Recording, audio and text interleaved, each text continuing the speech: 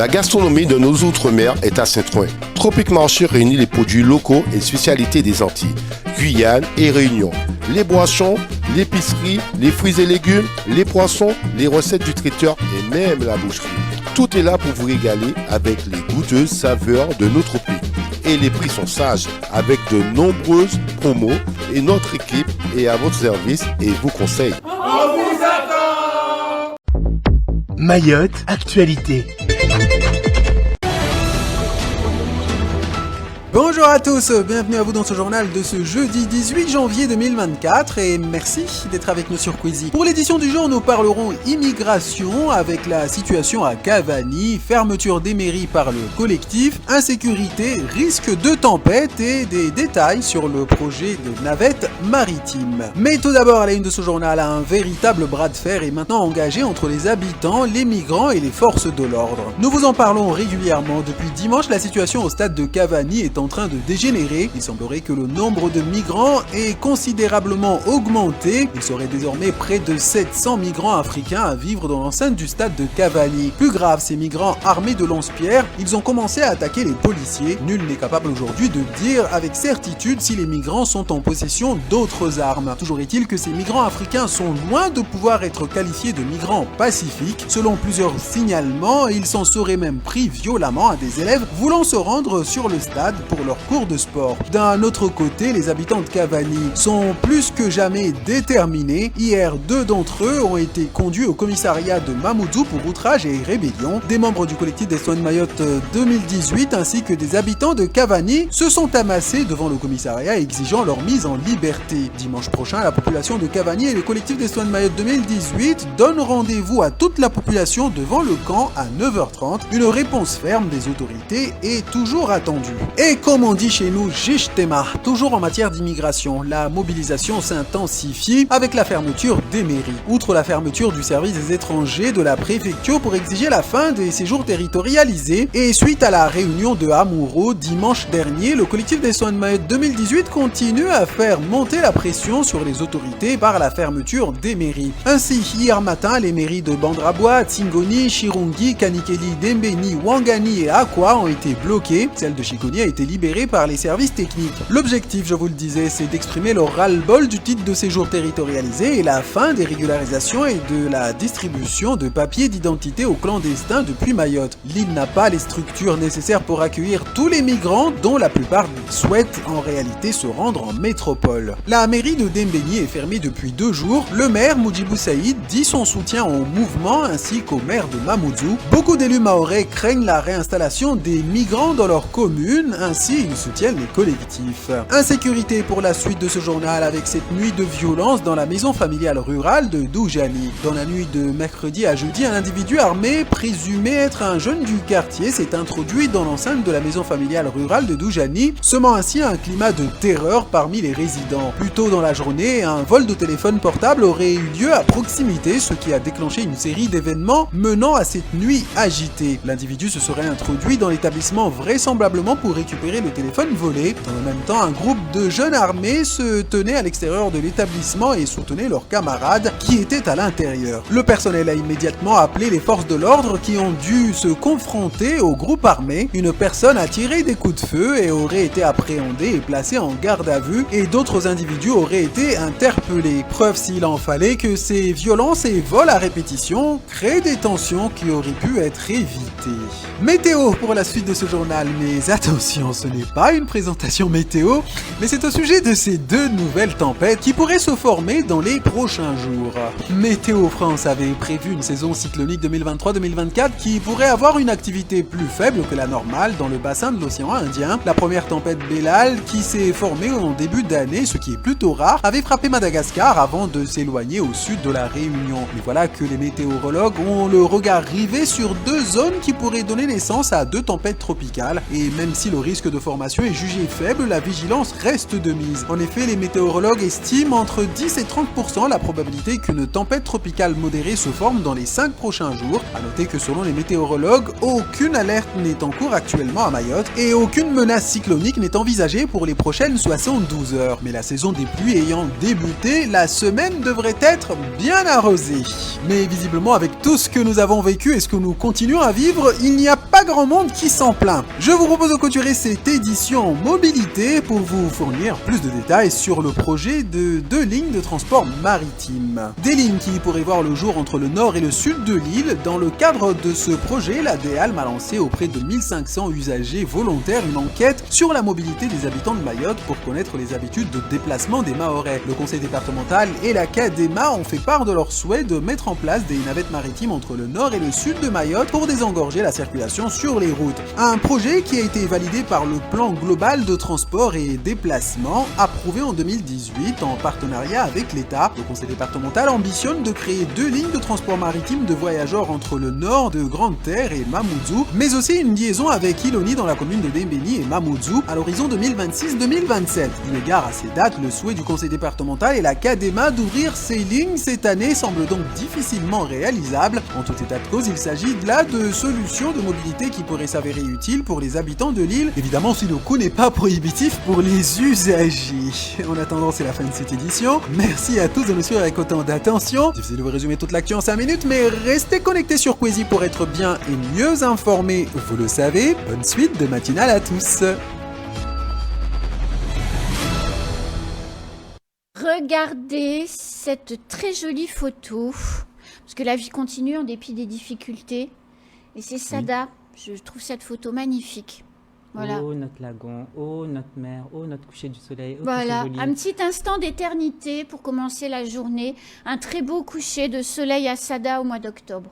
Enfin, c'était précisément le 29 septembre. Oui, et puis on voit aussi, je sais pas, on dirait le reste d'une mangrove. Oui, non, enfin, je sais pas. Non, c'est pas un endroit où il n'y a pas de mangrove à cet endroit-là, donc c'est quelques palétuviers qui ont poussé comme ça. Mais c'est très beau et... Enfin, si, il y avait de la mangrove en fait. C'est moi qui l'ai faite. Parce que je sais que... Quand j'étais dans l'eau et que je regardais la terre, il y avait de la mangrove. Je sais que dans le sud, à Porwani, à Mzouazia, il y a des endroits où il y avait beaucoup de mangroves. Et en fait qui ont été détruits. Et bah ça doit être sur cette zone. Aussi, c'est en tout cas c'est dans le sud de Sada, près de Jimaweni, tout ça. Donc effectivement on est peut-être dans cette zone. Oui. Mais en tout cas c'est magnifique et tout ça pour dire que oui la vie est dure. C'est vrai hein, la vie est difficile. L'insécurité, on a le camp de migrants en ce moment, les privations d'eau, on en a parlé tout à l'heure. Mais si on fait juste l'effort d'essayer de soulever le nez au-dessus des problèmes, ben on a encore des spectacles magnifiques comme ça à Mayotte, accessibles et surtout gratuits, parce que regardez un coucher de soleil ou un lever de soleil, c'est accessible à tous les habitants de Mayotte, ça coûte pas un centime et ça n'a pas de prix. Ça n'a pas de prix. Non, c'est très joli et ça me fait penser même un peu plus loin quand on va sur la passe en S et pour faire un petit clin d'œil notamment au salon de la plongée qui a eu lieu il y a quelques jours avec la valorisation de notre beau lagon. On a de la chance vraiment, voilà, c'est vrai, une vraie richesse et on doit s'en saisir et on doit pouvoir le dire, voilà, notre lagon, c'est notre richesse, Mayotte est belle. Voilà. Profitons-en. Profitons-en. Et on a une chance folle parce que, par exemple, dans le Pas-de-Calais, il y a de la neige. Oh, quelle horreur.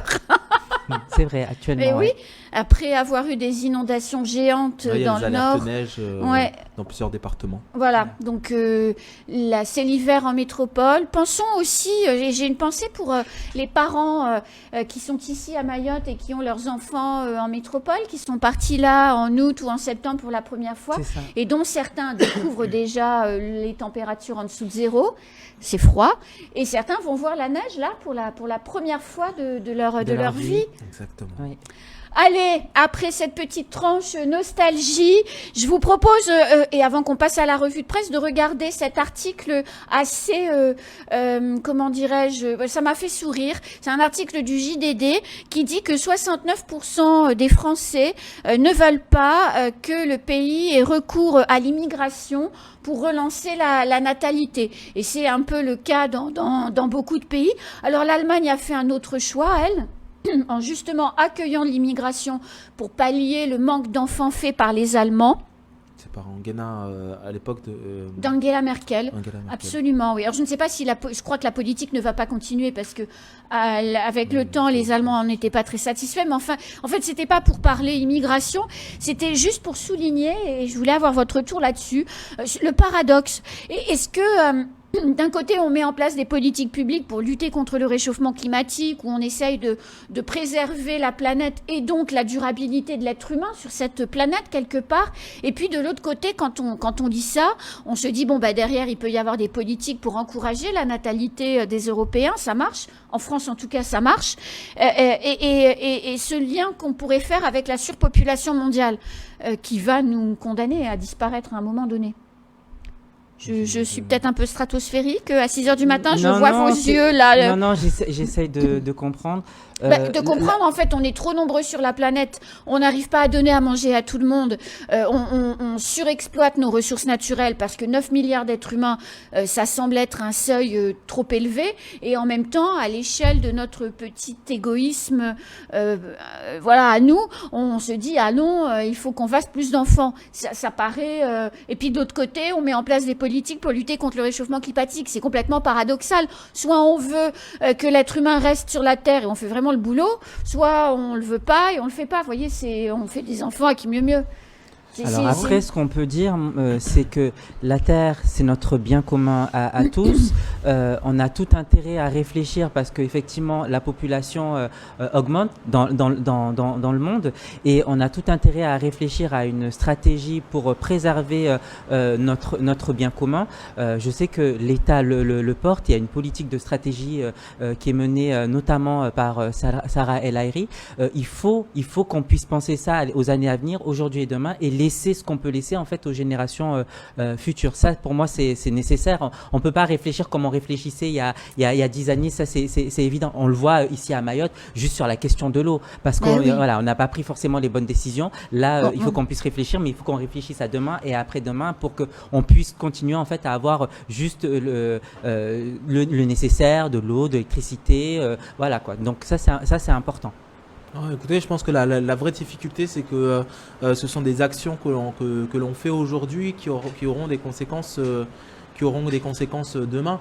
Donc c'est vrai que d'un point de vue politique, c'est assez casse-gueule de se dire ok, on va se restreindre aujourd'hui alors que finalement il n'y a pas de raison de se restreindre, mais c'est en réalité pour une politique de demain où on ne sera plus en politique, où on sera mort ou quoi que ce soit, et les conséquences ne seront qu'à ce moment-là. Donc je pense que l'une des difficultés, c'est là. Et la deuxième difficulté, c'est que on a des gros pollueurs dans le monde et les victimes de ces pollutions-là, ce sont d'autres pays, notamment les petites îles. Quand on voit dans le Pacifique, quand on voit à Mayotte, dans l'océan Indien, avec la montée des eaux, nous, on n'est pas des gros pollueurs mondiaux. Les gros pollueurs mondiaux, ce sont les Européens, les Américains, les Indiens, les Chinois. Mais la montée des eaux, c'est dans le Pacifique. Des îles vont disparaître. Etc. Avec des îles qui vont disparaître. Et des gouvernements qui ont déjà négocié, notamment avec l'Australie. Exactement. Des îles du Pacifique où eux, ils montent au créneau, où ils disent c'est très important, le monde doit prendre des restrictions très fortes d'un point de vue écologique, etc. économique. Et puis d'un autre côté, vous avez des pays comme l'Inde, comme la Chine, qui ont besoin de développer, comme les États-Unis, qui ont besoin de développer, ou le Brésil, qui ont besoin de couper les forêts, qui ont besoin d'exploiter le charbon parce que ça coûte moins cher, de mettre du pesticide partout parce qu'ils ont une grosse population à nourrir, parce qu'ils ont de l'électricité à produire, parce qu'ils ont une industrie à porter. Donc c'est assez difficile en fait de faire de concilier un peu tout, cette coordination. Allez, revue de presse. Optez pour la gamme de produits biodégradables pour le bien de Mayotte. Rendez-vous chez Odim, votre partenaire pour votre restaurant, vos fêtes et vos mariages. Retrouvez votre programme avec l'offre SFR La Carte Fayda 6 pour téléphoner en illimité. SFR, enjoy. C'était votre programme présenté par votre agence Corsair Mamoudzou. Corsair, voyagez en bonne compagnie.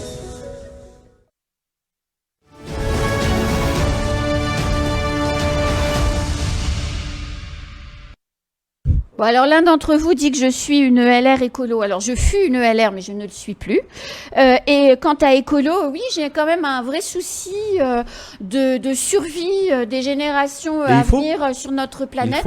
Et j'ai le sentiment qu'on fait rien justement pour assurer que l'on puisse continuer à vivre sur cette planète. Et j'aime bien prendre l'exemple de l'île de Pâques, parce que l'île de Pâques, c'est un peu comme Mayotte, hein, c'est une île au milieu de nulle part, sauf que bon, c'est en Argentine, mais c'est une île au milieu de nulle part qui a habité sur cette île une société extrêmement développée. En tout cas, les vestiges le démontrent, sauf qu'elle a disparu parce qu'elle a surexploité visiblement ses ressources naturelles. Et c'est un exemple à regarder. Si nous, ici, on ne fait pas attention au nombre de personnes que l'on est, à arrêter de déforester, à respecter les cours d'eau et tout, on va aussi, à un moment donné, avoir comme un petit souci de survie sur notre île. Mais en tout cas, je trouve ça mignon. Merci.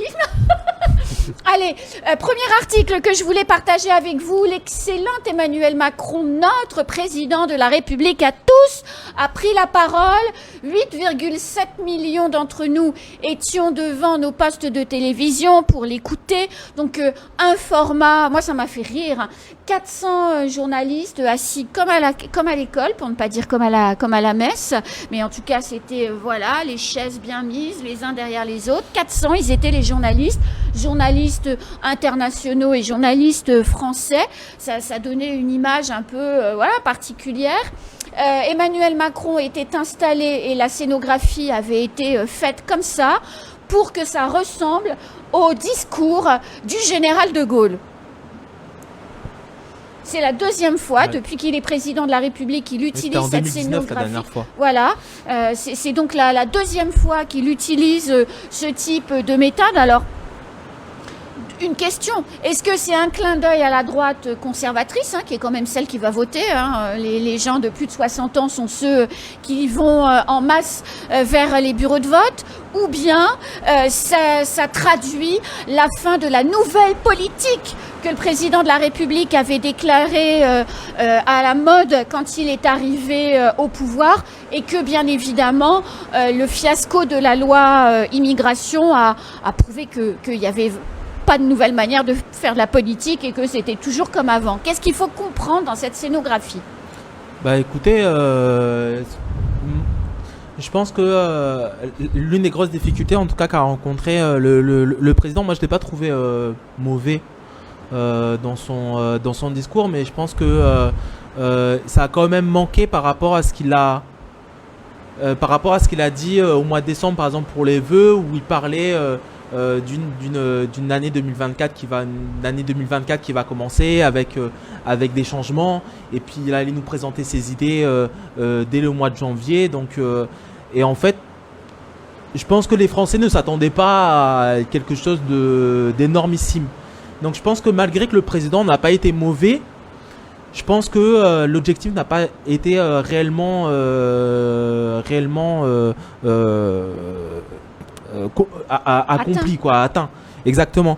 Là où on a du mal à voir le président, c'est qu'il est complètement différent du président qu'il était en 2017, où c'était un jeune qui apportait de la jeunesse, qui voulait réformer complètement le pays, etc. C'est raté, hein. Et puis là, on se retrouve avec un néo-traditionnel avec des idées conservateurs, il a d'ailleurs paraphrasé Zemmour en disant pour que la France reste la France. Donc on est assez éberlué par lui, et c'est vrai que je pense qu'il aurait dû avoir aussi un discours de président, de parler de l'élection américaine, de parler de l'Union européenne, de parler de la guerre en Irak, de la guerre en Ukraine, de la guerre en Israël, d'avoir vraiment une vision plus globale. Oui. Et puis bon, voilà, il parle. Et puis finalement, il parle des écrans, il parle. Est-ce que c'est au président de la République de dire, du CNU, une France etc. plus forte, une France plus grande, et de résumer ça, on va s'occuper du temps de l'uniforme, etc. à l'école. Et c'est vrai que pour terminer, c'est vrai que par exemple le RN n'ont pas dit oui, il raconte n'importe quoi. Le RN ont dit nous, on veut la même chose, mais en plus fort. C'est-à-dire que par exemple, la CNU. C'est quoi la CNU? Le service SNU, excusez-moi. Le service national universel. Il veut généraliser. Par exemple, le RN, ils disent qu'eux, ils veulent le rendre obligatoire. Par exemple, sur l'immigration, le RN, il va aller plus loin encore. Donc, c'est toujours les mêmes idées, mais en plus. Exactement. Cassandra, vous n'allez pas être d'accord. Non, mais moi je remercie Christophe en tout cas de dire qu'il n'a pas été trop mauvais, ce qui prouve qu'il a été bon. Moi, j'écoute ce que mon cher collègue Christophe Youssoufa a dit. En tout cas, voilà. Moi, je le note et je le relève. Merci, Christophe Youssoufa. Plus largement, le décor, la scène, en tout cas, c'était pour montrer un président qui s'adressait aux journalistes et de surcroît, en ricochet, aux Français. C'est la deuxième fois qu'il le fait sur le deuxième quinquennat. Il l'avait fait en 2019 quand il y avait au lendemain de la crise des gilets jaunes. C'était important parce qu'il fallait qu'il montre et qu'il explique en fait le cap à mener et répondre aux principales préoccupations que les Français peuvent avoir. C'est pour ça qu'en fait on a eu ces messages-là. Il a parlé en fait de manière très courte, très directe, de manière compréhensible pour que l'ensemble des personnes qui ont écouté, les plus de 8 millions, comprennent le discours en fait d'Emmanuel Macron. Donc on peut se poser la question, mais pourquoi il a parlé de SNU, pourquoi il a parlé de réguler les écrans, pourquoi il a parlé d'uniforme. C'est un message qui est à l'endroit en fait des Français. Et il a voulu montrer à travers ça. Il est président de la République, Cassandra. Il a voulu montrer. Il n'est pas ministre de l'Éducation nationale. Il a voulu montrer le cap et la direction qui était prise pour le quinquennat. Mais oui, mais Cassandra, il est président de la République. J'entends que ce sont des sujets qui ont leur place dans le débat, mais dans un contexte. Ne s'attendaient pas à ça. Mais non, dans un contexte de guerre internationale. Les Français avaient besoin d'entendre les préoccupations. Les Français sont fous de la question du service national les besoins et des questions de l'uniforme. Je pense que c'est pas. Les Français avaient besoin d'entendre les préoccupations, avaient besoin d'entendre des réponses par rapport à leurs préoccupations. Je vous rappelle que dans les préoccupations, c'est le pouvoir d'achat, la sécurité, la santé, l'éducation. Il a répondu à cela pour donner en fait des billes aux Français. Donc c'est vrai que ça peut dénoter par rapport aux exercices différents, mais c'était important que les Français puissent l'entendre. Allez, autre sujet important avant la pub, les présidentielles aux Comores. Une journée hier difficile à Moroni. Là, on n'est plus à Mouéli qui veut l'indépendance, à Anjouan qui incendie des gendarmeries. Là, on est à Moroni, en Grande Comore. Les habitants, les Comoriens, ont bloqué toutes les routières pour empêcher les gendarmes d'accéder et les gendarmes étaient coincés. Ils ont essayé de maintenir l'accès à Moroni le plus longtemps possible. Au début, fin de matinée, vers midi, c'était terminé. La population avait pris les routes. La gendarmerie pouvait plus bouger. Le ministère de l'Aménagement, visiblement, alors ça reste à bien s'en assurer de savoir s'il a brûlé complètement, mais j'ai vu des vidéos. Ils ont commencé à tenter d'incendier cet établissement public. L'opposition réclame l'annulation de l'élection. Est-ce que le pays va tenir? Et s'il ne tient pas, quelles sont les conséquences pour nous à Mayotte? Moi, je le dis depuis le début de la semaine, il faut suivre ça de très près parce que les conséquences directes, c'est qu'on a des Comoriens qui vont venir migrer sur Mayotte, rechercher l'asile, réfugiés politiques, tout ce qui s'ensuit. Donc, c'est très problématique. Il faut suivre ça de très près. Écoutez, moi, je pense pas qu'il va avoir... je vais dire que le pays soit stable ou pas, il y a toujours l'immigration clandestine qui vient toujours... Oui, mais avec un statut de réfugié, on ne refait pas repartir le Kwassa en 2 minutes comme on le fait aujourd'hui. Ça change quand même les choses. ONews Radio, toute l'actualité nationale et des Outre-mer.